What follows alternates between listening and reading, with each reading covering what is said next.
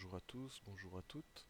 Je vais reprendre avec vous la correction des exercices sur la convexité et notamment commencer par l'exercice 34. Les autres exercices reposent sur le même principe, donc le 35 et le 36 étaient sur le même principe. Alors dans cet exercice, on doit prouver, expliquer pourquoi la fonction f n'est ni concave ni convexe sur l'intervalle de définition 0,6. Je vous rappelle que dans cet exercice, on a trois points A, B et C d'abscisse 1, 3 et 5. Mais nous ne connaissons pas leurs ordonnées puisque nous ne disposons pas de l'équation de la fonction f. Toutefois, nous connaissons les équations des tangentes qui sont données. Donc l'équation de la tangente au point A, y égale moins x plus 3, l'équation de la tangente au point B, y égale 5, l'équation de la tangente au point C, y égale moins x plus 9. Alors, pour pouvoir appliquer le théorème admis du cours au paragraphe 1, il faut que l'on puisse savoir ce qu'il se passe pour la fonction dérivée f'. Donc savoir si elle est croissante ou décroissante. Alors, euh, la seule information qui va nous être utile et utilisable ici, c'est l'équation de la tangente.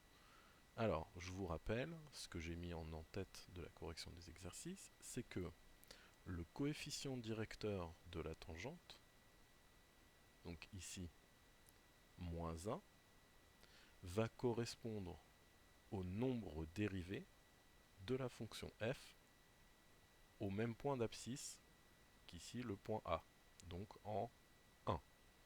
Donc de cette équation de tangente, là, je peux déduire que le nombre dérivé f' en 1, l'abscisse du point A, vaut le coefficient directeur de la tangente. Moins 1, c'est le moins 1 qui se trouve ici. Moins 1 fois x. Même chose pour le point B. Ici, j'ai y égale 5. Donc, dans cette équation de droite affine, la partie ax plus b, le b c'est 5, et le a, puisqu'il n'y a pas de x qui est présent ici, ça veut dire que le a vaut 0. Donc, au point d'abscisse 3, le point B, f' de 3 égale 0. Même chose au point C. Ici, l'équation de la tangente moins x plus 9, autrement dit, le moins 1 qui est là, le moins 1 qui est là, c'est le nombre dérivé f' pris en l'abscisse du point C, en 5, f' de 5, qui est égal à moins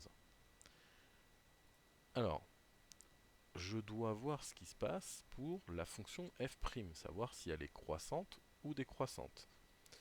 Je pars du point le plus à gauche, donc le point A, puis le point B, puis le point C, avec f' en 1 qui vaut moins 1, donc une valeur négative, jusqu'au point B, où f' vaut 0.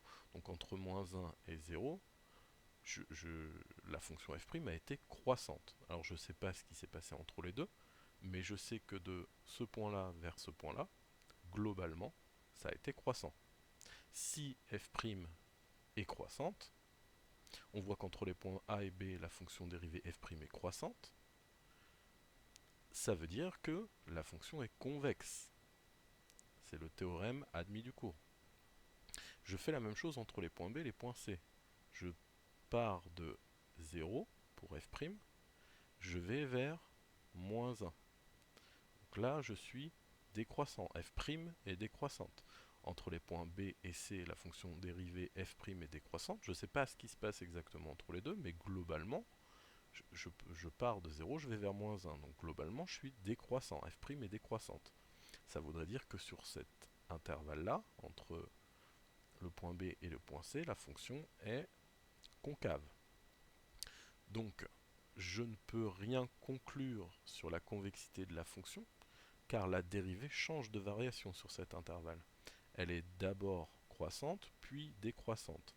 Et nous, ce qui nous intéressait dans l'exercice, c'était d'expliquer, de trouver la convexité de la fonction f sur l'intervalle 0,6, sur l'intervalle en entier. Donc on ne peut rien dire sur la convexité. Par contre, si on changeait nos intervalles d'étude, on pourrait dire au moins sur l'intervalle 1,3, la fonction est, donc on avait dit convexe, et sur l'intervalle 3,5, la fonction est concave. Voilà pour cet exercice. Les deux exercices suivants étaient sur le même principe, je ne vais pas m'attarder plus que ça, mais en reprenant l'équation de la tangente ici, je sais qu'au point d'abscisse 1, le point A, le point d'abscisse 1, f' de 1 est le coefficient directeur de la tangente, 2. En B, f' de 3 est égal à moins 1, et en C, f' de 5 est égal à 1. Donc entre 1 et 3, f' est décroissante puisqu'elle passe de 2 à moins 1, ça c'est clairement évident. Puis entre 3 et 5, elle passe de moins 1 à 1, donc elle est croissante. Ça veut dire que entre A et B, puisqu'elle est décroissante, la fonction est concave, et entre B et C, la fonction f' est croissante, donc la fonction f est convexe. Par contre, sur l'ensemble de définitions, 0,6, et c'était le but de l'exercice, on ne peut rien conclure sur la convexité, puisque la fonction dérivée, f' change de variation sur cet intervalle.